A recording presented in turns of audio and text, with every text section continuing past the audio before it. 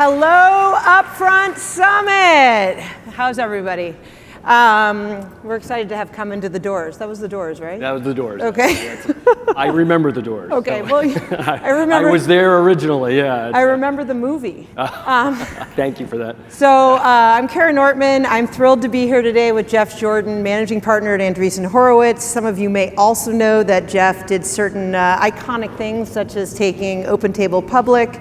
Before that, he's had a long tenure at eBay, where he led the acquisition of PayPal and then ran PayPal. And today we're going to get into a number of things across venture and operating. So Jeff, thrilled to have you here. Thank you. Actually, the other thing we acquired at eBay was half.com with Josh and Chris. So, yeah. Wonderful. So maybe let's just start off with kind of setting the context for venture in general. We all know about, there's quite a bit of late stage capital flowing in from both public and private markets. We're still kind of digesting whatever the post-WeWork moment means. Maybe just set the stage for us. How are you thinking about the industry as a whole? It's there's way too much capital, but the constant since I've been an investor, which is coming up on 9 years, is there's always too much capital. It's interesting to watch because the cycles come and go, and so there is definitely a WeWork effect going on now. In terms of high burn has gotten less appealing to people.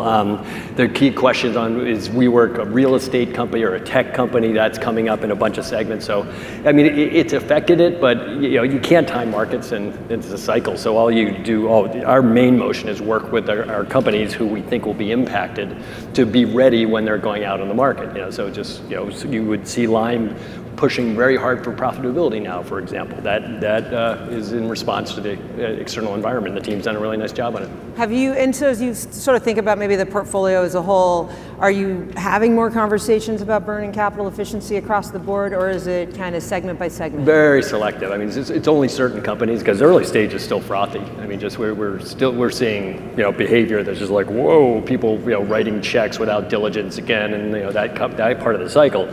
The late stage, high burn companies are the ones who I think are, that small basket is the ones that should be paying attention. And how do you guys think about, as a multi-stage fund, when and how you go in? What stage is sort of the preferred stage? Has that changed based on market, or is it more based on partner? That has changed based on market. When I first joined, we had a reputation for writing big checks at obscene valuation in a bunch of strategic companies. One of those was Skype. We were gratified when it actually, they 4x'd their money in a couple years, so that helped. But then growth got nuts. And so we didn't write growth checks for a long time, like 5 years. And then the growth market kind of came back. And so we recently, the last fund we raised was what we call late stage venture, which is kind of CD high growth companies slotted way before a SoftBank would come in typically. Got it. And then give us a flavor for how you think about the early stage practice. Yeah, the main thing we've gone in and out of is we started doing a lot of seeds. We do very few seeds now. Part of it, we don't want to compete with our upstream investors. And part of it is the biggest challenge we were having was competitive companies perceiving we had a conflict risk when we had invested in their competitor, which was a completely fair observation. We just didn't think about it, so we backed way off on seed. But the main funds are try to plow into A's and B's now, and then with this, typically as it gets to CD, that goes into the late stage venture. And what advice do you give to founders when you're meeting them early, and it's maybe a bit early for you guys to come in as they're sort of navigating a seed environment where they can raise a round in a second, bring in an A firm that's going early into a seed round? We believe, the counsel we give is the quality of the investor matters. It's not just not valuation, and you just see this play over and over and over again, where just kind of like, when you take on a board member, you are taking on someone who has the fiduciary responsibility to hire and fire you. And if it works, you're going to have that board member for like 12 years. So pick carefully, pick wisely. Get a really good investor. Get someone who you trust, someone who you think you have a rapport with, has your back. Somebody recently said to me, I don't think entrepreneurs realize that venture capitalists have tenure. It's like being a professor at a university with tenure, which I thought was an interesting comment, because you really can't fire your venture capitalist, but the reverse is obviously true. Okay, so we're going to shift gears into trends. So venture capitalists love to talk to and talk about goats, but often act like sheep. I practiced that. Come on, guys. Okay, yeah. As we know, we play a lot of buzzword bingo. 1 second VR/AR is in, 1 second D2C is in, now SaaS is very in. What are you, what are you guys kind of viewing as a bit overhyped sectors that you're maybe more cautious around right now? We've been fairly cautious on e-commerce and D2C of late. The great company, they can grow like crazy. The thing that's been hard for that whole sector is to actually make money. I think, as best I'm aware, there are, after 20 odd years of venture capital investing in the US and tens of billions of dollars going into e-commerce, I know of 5 companies that have $1 billion in sales and are profitable. One is Amazon, that started before we started our fund. We're in Fanatics, we were in Zulily, and then there's Chewy and Stitch Fix. That's pretty miserable for 20 odd years and tens of billions of dollars in terms of returns. So we've been leery on that. Is it possible though that it's sort of, we went through this period where we overfunded companies and they weren't forced to be excellent around IP or tech or diversified marketing, because presumably consumer behavior is not staying static. And I find it fascinating. I walk down the streets in very desirable neighborhoods in Los Angeles, and retail stores literally can't stay in business. And so, is it possible that the contrarian view might hold? That? It could be. Ms. Green's on stage later today. She's been killer at e-commerce, so I give her tons of credit. So it could definitely be. I mean, that's the interesting thing about the investment business is you only know the answer like 10 years later. Was I right? I don't know. Let me get back to you in 2030. No, I know. It's a difficult business in that regard, right? There's no Google dashboard that we can look at every day. So maybe flipping gears and talk to us about some of the kind of trends or areas that you guys are, or you specifically, are most excited about. So I'm boring. I'd stay really close to home. I mean, the companies I operated look a lot like the companies I invested in. So I mean, eBay, PayPal, and OpenTable look a lot like Airbnb, Pinterest, and Instacart. And so I typically focus on marketplace businesses or businesses where I perceive the opportunities for network effects to develop if they're successful over time. And so I've stayed pretty boring. The firm's gotten pretty expansive. We have our main fund and our late stage fund. We also have a bio fund where the intersection of bio and digital, as well as a crypto fund. And so we are pretty expansive, and I think we're now up to 18 general partners. Wow. So maybe drill down a little bit on some of the trends where you spend more time. Maybe just start. I think you're allowed to speak about this, but can you talk about sort of when you came into venture? I think a few of your first picks were ones that are now perhaps the most, you call them, they are the most iconic consumer brands of the moment. Pinterest, Airbnb, et cetera. Talk to us about those first meetings. I just lost the touch over time, apparently. I mean, it takes time. That was meant to be a compliment. So there's a great professor at Stanford Business School named Jennifer Acker. And Jennifer has this class, and she does some really interesting counterintuitive classes. One is humor in business, and the other is storytelling. And she had me as a guest. I'm like, what do I know about storytelling? And then I'm talking to her, and she goes, how do your entrepreneurs tell stories? And it's just like, I remember the Airbnb pitch, like almost word for word, because Brian is an unbelievable storyteller, and he's mesmerizing, and he's got energy and charisma. And so it's funny, I remember the Pinterest pitch, because Ben is just as talented and couldn't be more different. Brian's a showman, Ben's quiet and deliberate, but they both told an unbelievably good story. And for us, we have this concept called product founder fit. Yeah. You know, we're not looking for mercenaries. We're looking for someone who came to this, you know, they didn't go to business school, do a spreadsheet and pick, you know, the one with the most green balls. They got an earned secret that they uniquely have, and that I have a bias towards that kind of company. And so, I mean, I'm sitting here and thinking, were you at home scrapbooking, and then Pinterest came to you and you just got it? Yeah. I'm in touch with my feminine side. Perfect. No, but he was rapping musicals behind the scenes with my partner Mark, who is also a musical fanatic. So, but I'm not allowed to ask him to rap on stage, apparently. Katie would be upset. What was going? You know, I always think it's interesting, right? To be a great VC, you have to know enough to not get into, you know, to not feel like there's adverse selection, but not so much that you talk yourself out of it. And so, you know, I spent a long time operating in what we used to call local space. So when Nextdoor and companies like that came around, I just couldn't see how they would work. Open Table, Instacart, OfferUp, Wonder School, What was your reaction to, say, Airbnb, the kind of the thesis or the theme? Did you say, oh, this is inevitable, or did you say this sounds crazy? Okay, the first time, absolutely crazy. I thought it was the stupidest idea I'd ever heard. It's like, I like my privacy. The concept, a stranger in my bedroom, me in a stranger's bedroom, just wasn't there. And I just didn't understand it. So I was at an investor conference soon thereafter. And this now is 9 years ago or something, and Brian's been working at like 10. Wow. So it was pretty early, and Brian presented Airbnb at this conference, closed investor conference. And I'm in the back row going like, oh my God, it's deja vu all over again. He's describing eBay. It's, you know, economic empowerment at a massive scale, huge trust and safety issues, started as a quirky little quaint thing, and the community of users who were avid took it and made it huge. So after, I go up to the banker after the meeting, I go, I got to meet this guy. And he starts laughing. I'm like, why are you laughing? And he goes, Brian asked to meet one person at the conference, and it's you. And so I sat down, Brian, why did you want to meet me? He goes, oh, eBay's stupid. And it's like, okay, I think I got that.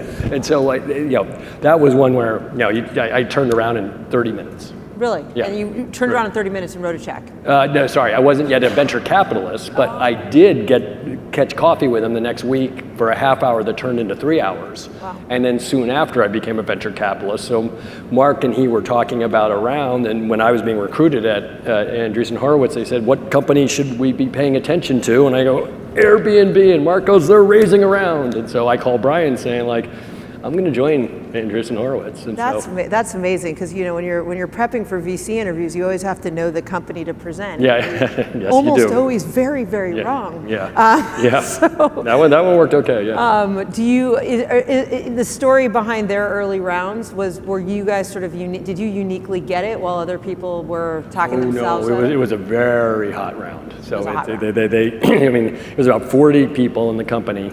It was what is now termed a unicorn. So it was another of those rounds where the criticisms came out. Oh, they just overpaid. They bought it. They did all this. But we were competing with two very, very good investors, and we were fortunate to land it.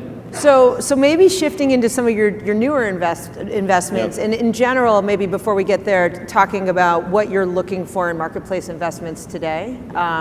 One thing I'm curious about is we've always kind of been obsessed with GMV growth and rake. Yep. And now you have all of these marketplace companies who are layering on products very quickly, financing products, other that make them a bit more SaaS-like. And so what are you looking for? Are the metrics changing? I haven't, in the companies I'm looking at, I'm not seeing a lot of metrics changing. I still look for core liquidity. I mean, just it's GMV, conversion rate, cohort curves in their behavior, long-term retention, things like that. So I've, at least half my investments are marketplace, or this is the marketplace model applied to vertical X, and so the recent one was a marketplace model applied to preschool. So the Airbnb of preschool is Wonder School, and that's just the same classic, two-sided marketplace, meet in the middle, economic empowerment again at a scale. Someone can be a teacher earning $30,000, and Wonder School can put them into business running their own preschool out of their house, and they can be entrepreneur running their own business earning six figures. And so it's kind of a magical economic empowerment for that side of the network. The other side of the network, there's a severe preschool shortage in the United States. It was funny that when I was considering that investment, I was getting lobbied by half the women in the firm, saying like, that's a great idea, we need that, you know, kind of thing. So it's turns out it's useful to have women in firms. Yes. And you've hired and you know some of my favorites. So and so maybe are there other kind of areas that you are actively hunting, themes or theses, verticals where you haven't seen the metrics or the founder yet from like the marketplace model? Yeah, there are a couple that, I mean, I love at its blunt level, the hollowing out of Craigslist. That's a gift that just keeps giving. So I keep looking for the last couple categories. OfferUp is really cannibalizing the goods category, you know, Airbnb, the shared rooms and all that, you know, the classic thing. No one's done blue collar services yet, well. No one's done rentals yet, well. And so waiting rentals of stuff. No, rentals of a house. You know, my kids, you know, my daughter lives in San Francisco. They just moved. They still go to Craigslist. Yeah. It's insane. Wow. And you know, bad experience. You know, I used to be able to say this. Craigslist does not know the smartphone came out. They just debuted a smartphone app. So, you know, they just took a while to write. I think that's 10 years to write the app, but it's such a nice, attractive On market. the blue collar side, or I mean, I guess when I was at IAC, one of our biggest properties was Home Advisor, Angie's List. Do you not view that as a very liquid? I don't, not as liquid. It's not the classic marketplace where it's really meeting in the middle. And I actually visited Angie when I was at eBay. Yeah. I mean, because I long viewed one of my misses at eBay is we didn't get into services, particularly after we had PayPal, because then we had the payment loop and everything. What I think I missed at the time was that you needed the smartphone. And you know, you need the provider to be connected during the day when they're out working. And so the smartphone was required, but I mean, there are people, you know, poking at it, you know, thumbtacks, you know, making a pretty good run at services, trying to figure it out. But, you know, with Marco's latest move, it might become a marketplace, but historically it was just lead gen. Yeah, no, yes, very well priced leads sold at exactly the right rate. Yeah, he's a very smart young man. Yeah. Many of them obviously would be a one-time type of thing. So and that's the biggest challenge. Is the only two repeat services are typically home cleaning and yard maintenance. Right. And yard maintenance, you don't really care who's doing it because it's outside. You care a lot who's cleaning your house because it's inside, and so that's been slow to digitize as well. Last quick thing on the trends, because I want to get to a couple other topics. Tell me about this Gen Z sports media business you funded. Jeff's apparently very, very, very cool. I am actually very cool in this one. The sports media in the U.S. has a huge issue. It's an age problem. Young people are not are not watching sports anywhere near like old people like me did it. And so some sports are aging at an amazingly fast rate. Baseball is basically aging a year. No new kids come in wanting to watch baseball, and the people who watch baseball just get age each year, so the average is up. The other part of sports media that's brutal is you have the rights issues. So, you know, just, okay, you need big checks. Overtime is started by Dan Porter and Zach Wayner. Dan did OMG Pop back last company, so he understands the social mechanics. Started with high school sports, developed an app that the friend of a basketball star could use to track him during the game, and when he did something spectacular, a highlight, you just say save. You would upload it to Overtime, and Overtime would then distribute it out to different channels. That's how they started.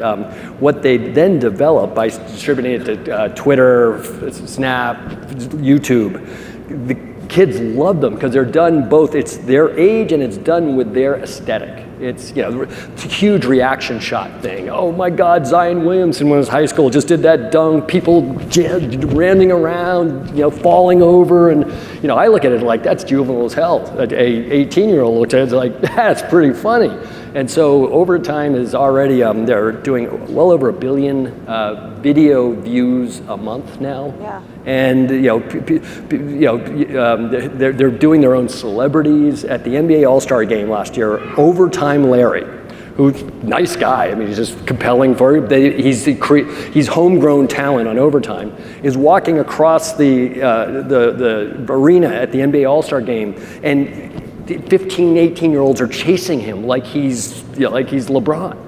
And it's just kind of like they've clearly gotten a chord. So I think really it's interesting. It's super interesting to me the way this, you can kind of grab onto these stars in this media when they're nascent, and it's carrying them through college and then professional sports where you have all these other platforms to leverage. Yeah, no, so the interesting question here, do they stay at that young aesthetic, or are they able to age with their audience? Because, Zion Williams was kind of somewhat discovered on Overtime. Yeah. All his best clips from his high school days, were being distributed on venues like ESPN through Overtime. And now Zion still likes the Overtime guys. When he got to Duke, the 4 freshmen did an interview specifically with Overtime, and so. It's the way my husband feels about his Yahoo feed, really. Oh gosh. TMI. Yeah, sorry. No, that's very interesting, and I think it becomes you use the players to build the brand, and do the brand and the players live together in the same way. But it's definitely a really interesting thesis. Yeah. So maybe shifting over. You spent years as a hardcore operator. Yep. How does that transfer to venture? What do you like with your founders? What is still relevant? Where do you have to hold yourself back? Well, one of the biggest questions I had when I was making the transition was, would I be comfortable not having my hands on the wheel? This is Reid Hoffman's metaphor, is as an operator, your hands are on the wheel. And Reid, he told me this one time, I thought it was interesting. He views himself as sitting in the passenger seat. And he's not supposed to grab the wheel. But so the biggest question I had, would I just be reaching for the wheel? Because it's just the motion I'm used to. Turns out I didn't need to reach for the wheel at all. I found it quite easy. And another former VC turned operator, Andy Radcliffe, he's founded Wealthfront after being an illustrious career at Benchmark. I was he calls me co-founder there. So I'm talking to him early. He has to fire his first employee.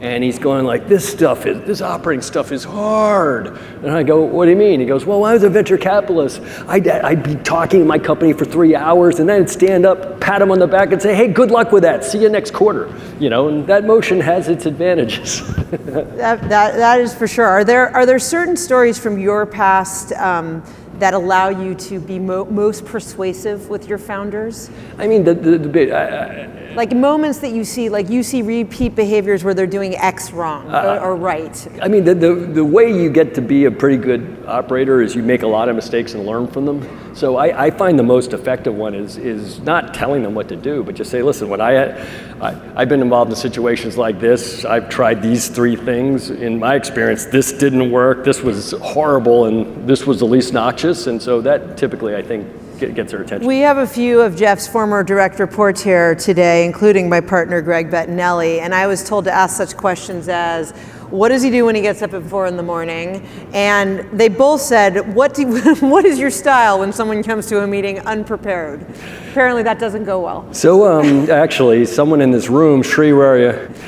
You're supposed to be in the room, put out a blog today on it. There you go, yeah, saying that apparently I was slightly intimidating at eBay, not because I was a yeller, but because I was pretty deep on the product and had pretty high expectations when people came in, that they similarly were deep on the product. And so, apparently Shri found some value in that. So yeah, I was glad they all said it with a smile on their face in a very glowing way. A little bit of high standards. So. Yeah. Well, they high standards fairly applied. It seems like they've served you very well. Yeah. They're all fans. They are very prepared for the Upfront Summit, and they are fans. Maybe shifting that over to Andreessen, as the managing partner to Andreessen, how do you think about picking people? Andreessen, Drew Horowitz is a very unusual venture firm. I mean, I think we now have 187 employees. That's probably more than our 5 closest competitors combined. And so, it is a talent business. And so we have, as I mentioned, 18 GPs and a deal team. We also have a set of networks that we've built that we find are helpful to our founders, particularly first-time founders, networks of executives or engineers or customers or follow-on investors or marketers. And, basically, it's a company. So a lot of what I learned as an operator is true.